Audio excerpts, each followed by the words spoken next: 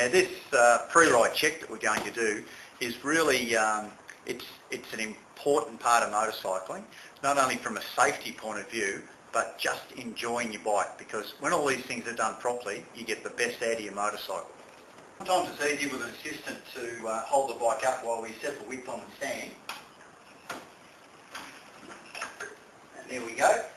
Make sure that both claws are engaged in the bobbins, and the main thing is to keep that part away from the swing arm, because it will scratch the swing arm. Now pushing down on the rear stand and holding onto the bike, lift it up as so. Now the bike's on the stand, it's a lot easier to check all the bits and pieces we need to. The first thing we're going to do is check the condition of the tyres. Now this front tyre is in quite good condition. There's plenty of tread depth.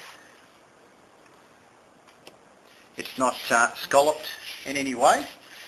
Now the condition of this tyre, it's got plenty of tread on the edges. When it comes to the middle, as you see there, that's quite low. That's to the point of being almost a slick type. Now that could be quite dangerous on a wet surface, and actually could just about throw you off the bike if you weren't careful. So, and these are the things that we have to check each week, because the person that rides this bike may not know that that tyre is in that condition if they don't look at it regularly, and therefore could do some damage to their bike and themselves. We'll now show you how to correctly check the air pressure on a tyre. Just for the record, this tyre will be replaced before the bike gets ridden again, but we'll just show you how to do that anyway. Now first you need a really good quality tyre gauge. There's all sorts of tyre gauges out there. Just buy a good quality one that's accurate. This is one we use on our race car actually, but it's quite a good type. That's placed onto the valve, you press down hard, and you simply read where the needle says the correct amount of pressure, and that's showing 38 pound, which is not bad for this particular bike. It depends on the bike and the rider and the conditions to what pressure you run. Always look at your handbook or check with your manufacturer to make sure that the correct pressures for your motorcycle.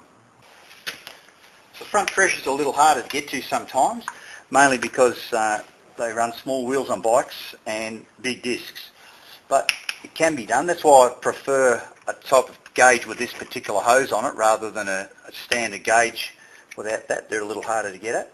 Now the other thing I've noticed on this bike is there was no valve cap. That's not a good thing, because it's called a dust cap for a reason. It stops dust and dirt and rubbish getting in there, and if you get some stuff in there it can hold the valve open and then let the air out of the tyre, which is not good. So same thing, this is why I like the hose. Goes in there nice and easy, and then we read that, and that says 35, I'm pretty sure that is, with my eyes, I'm getting old. But 35, yep, that's possibly a little low. I would probably run this about 36. It's only a pound, so it's not too bad. The next thing is to check the chain tension. That's not bad, possibly a little bit loose. I always check the chain in a couple of different points in case it's got a tight or a loose spot in it. If you get away with that, I'd probably tighten that just a little bit. There's a loose spot there. Okay. Now checking the oil on a motorcycle is really important before you ride it. If you run a bike with too low oil level, it'll really damage the motor.